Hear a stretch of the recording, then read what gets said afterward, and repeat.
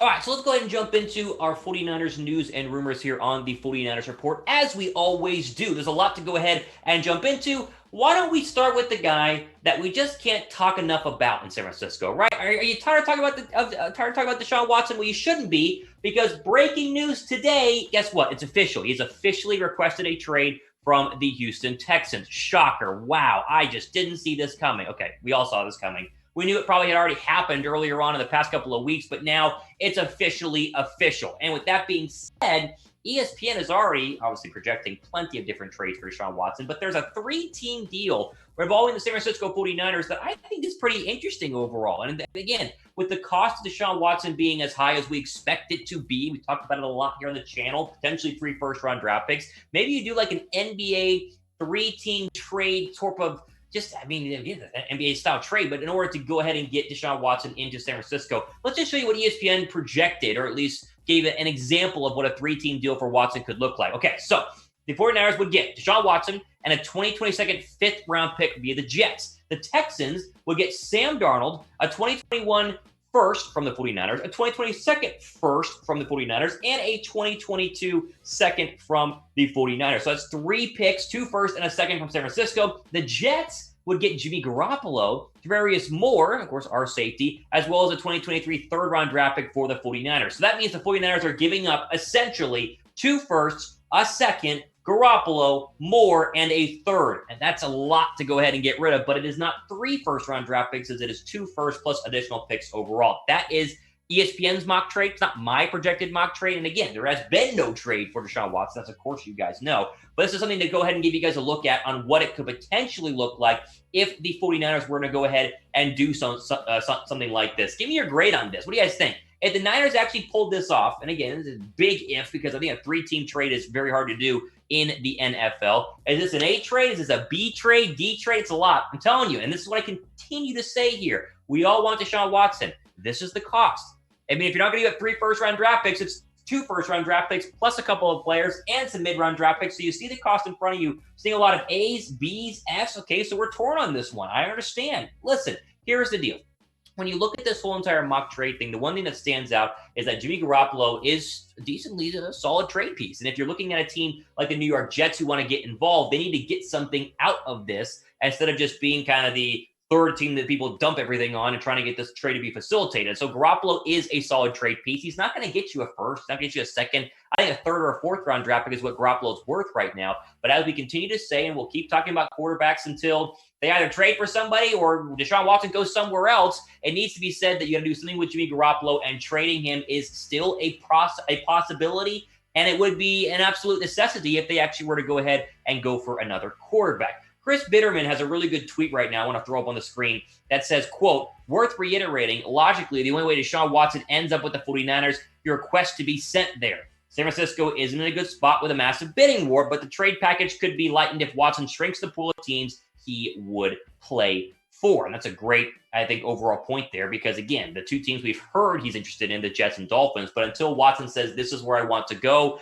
then we can sit down and speculate that hopefully, eventually, maybe the Niners could be involved, and again, to do so, it will cost a lot. But man, how good would he look in a 49er jersey? Does that look good? It looks pretty darn good to me. Again, I'm all for it, but I'm also wanting to do it with the best financial interest of the 49ers, a.k.a. draft picks going forward. Not way you don't tank the team, like let's say the Rams did in order to trade up for Jared Goff. They're still reeling from that. Trade for, obviously, Jalen Ramsey as well. So got to be smart about it. It's got to make sense, but that right there to me is a pretty sight. And who knows? I mean, officially he's requested a trade, so it could be happening soon. We'll stay tuned and see what happens with that one. Okay, now, Matthew Stafford. We talked about Matthew Stafford last week. Why are we bringing Matthew Stafford back up again? Well, first off, as you know, and maybe you don't, but let's update you. He and the Lions have agreed to mutually part ways. They will look for a trade for Matthew Stafford. Now, David Carr, brother of Derek Carr, former failed NFL quarterback turned really good NFL Network analyst. I enjoy listening and watching to Derek Carr, said the Niners should be all in on San Francisco. On Matt Stafford. The Niners should be all in on trading for quarterback Matt Stafford. And honestly, I'm not against this. And I've been for this when you talk about whether it's Kirk Cousins or Carson Wentz or Matt Stafford. Whoever trades for him does take in, $43 million the next couple of years. Not a ton. It's like $21.5 million per year, $22.5 million per year. but you don't have to give up a ton to go ahead and get him. And that, to me, is extremely important when you're talking about the 49ers in the future versus trading for like a Deshaun Watson versus a Matthew Stafford. Now, if they were to do this trade or any trade in the coming days and weeks, we'll cover it here. So make sure you guys are subscribed. We go back to Stafford here in a second, but we do all year long, all things 49ers, basically every single day. And so if you guys like the Niners and are tired of not hearing about them on SportsCenter or all Fox Sports or whatever, subscribe here. It's free and the one-stop shop, the place to be. Okay, here's what David Carr said officially on trading for Stafford. Quote, when the Niners aren't dealing with an avalanche of injuries, this is one of the most complete teams in the league. We know Kyle Shanahan's team is capable of getting back to the Super Bowl, and there aren't a ton of holes. That's why GM John Lynch can afford to theoretically give up 2 first-rounders.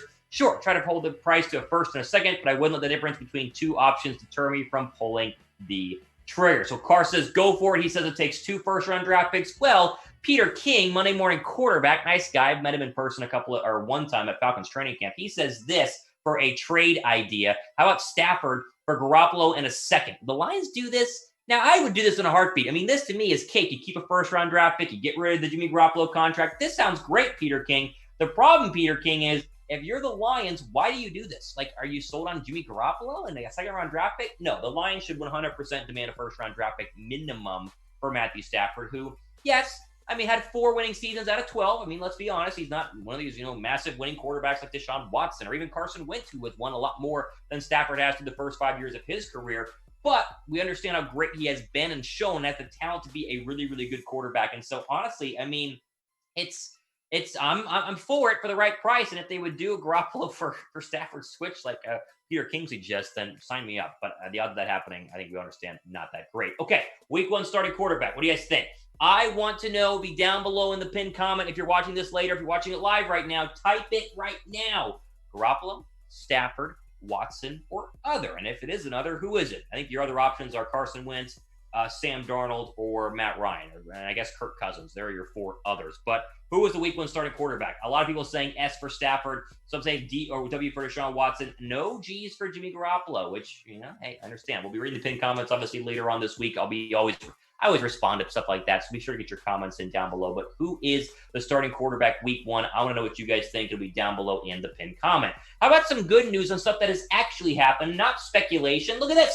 The Niners have officially re-signed Jeff Wilson Jr. and really extended him to another 1-year deal, as he was a restricted free agent, meaning the Niners had the first shot at re-signing him. And boom, 1-year deal on Tuesday, and now he looks to be the, for sure, number 2 option behind a healthy Raheem Mostert going forward in 2021. He was a big part of the 49ers offense through the 12 games that he played because he was really the only running back that they had in there after the hasty injury, and McKinnon was in and out, and Coleman was non-existent. And as we said, Raheem Mostert was injured. Wilson Jr., the former undrafted free agent in 2018, has turned out to be a really good player. The Niners have got a lot of pretty good players who have been undrafted free agents. Credit to the scouting department for figuring them out. But as we stand now, the depth chart looks like this. But I think you can go ahead and X out Jerick McKinnon, as we all can probably, I guess, based on last week's live Q&A when we talked about how Jerick McKinnon most likely not going to be a part of the 49ers in 2021, meaning it'll be Mostert, Jeff Wilson, and JaMychal Hasty, 1, 2, and 3. I bet Coleman leaves as well. And that leaves you with, to me, really good 1, 2, 3 punch. Of course, led by Mostert. You want Mostert to be the number 1 running back, but with Jeff Wilson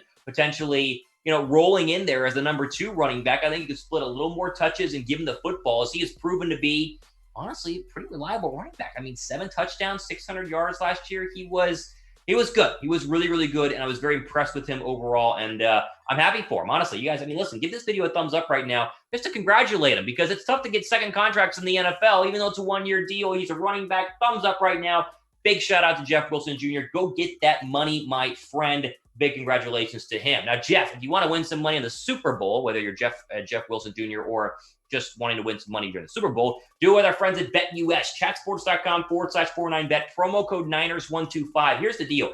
There are a ton of prop bets for the Super Bowl that, to me, are very exciting. So first off, the odds. You just want to bet on the game, keep it real simple. Here you go. Chiefs minus 3.5. Over-under come down a little bit, 57 or 56.5. And so you can bet on either one of these. But what I would suggest you do, sign up with our friends at chatsports.com/49bet, promo code Niners125. Look at these Super Bowl bets. You can win a lot of money betting on some funny stuff in the Super Bowl. It makes you more interested too, right? Mahomes scores the first TD plus 255. Win some money there. Brady, the first TD plus Tampa Bay wins plus 5,500. I mean, come on. Do you like Tampa Bay? It's not a bad bet there. And then my favorite one. What's the first song The Weeknd is going to sing in his, 8-song, 9-song halftime show? What's the first one? If it's not Blinded by the Lights or Blinding Lights, whatever it's called, the new song by The Weeknd, what is he doing? He has to lead with Blinding Lights. I mean, I'm not a massive Weeknd fan, but I'm also young enough to understand that he has a very #1 hit song right now that, it comes in the song and I jam to it. It's fun, but that's the perfect starter to a Super Bowl halftime show. It's got to be Blinding Lights. If it's not, look at that, plus 150. Get these bets and more in right now at sports.com/49bet, promo code Niners125. Quickly, final bit of news here, some injury news. We mentioned this a couple weeks ago, but it's official. Nick Mullens' elbow surgery was a success. They thought it was Tommy John. It was not Tommy John. It was a minor procedure. He will be good to go for training camp. The 49ers probably bringing him back as the backup. No guarantee, but either way, good news for Nick Mullens. And then the big news you saw on Instagram this week, Javon Kinlaw had knee surgery, kind of a cleanup situation, but it scared some people, including myself on Twitter. No big deal. It was minor, and he will be good to go for the start of offseason training. Here's the Athletics' Matt Barrows, who was one of the ones to go ahead and break down what happened. Quote, Javon Kinlaw had what we described as a routine cleanup procedure on his right knee. Issues not related to the tendonitis that Kinlaw dealt with while in college. A team spokesman said, excited to be a full participant with the 49ers offseason program begins in the spring. That is fantastic news because Javon Kinlaw was one of the best 49ers in the final 8 games of the year. Slow start. We talked about that. We pulled him out on it. I mean, not anything bad. It's just like, hey, rookie, figure it out. Guess what? He did. He's great. We're pumped about it as we see 1.5 sacks. That's definitely going to go up. You want to bet the over on that. Text bet US going forward in 2021. All right, confidence level in our D-line. Again, Bosa comes back. Kinlaw knee healthy. On a scale of 1 to 10, how confident are you guys in the 49ers defensive line? Let me know what you guys think down below in the comment section right now.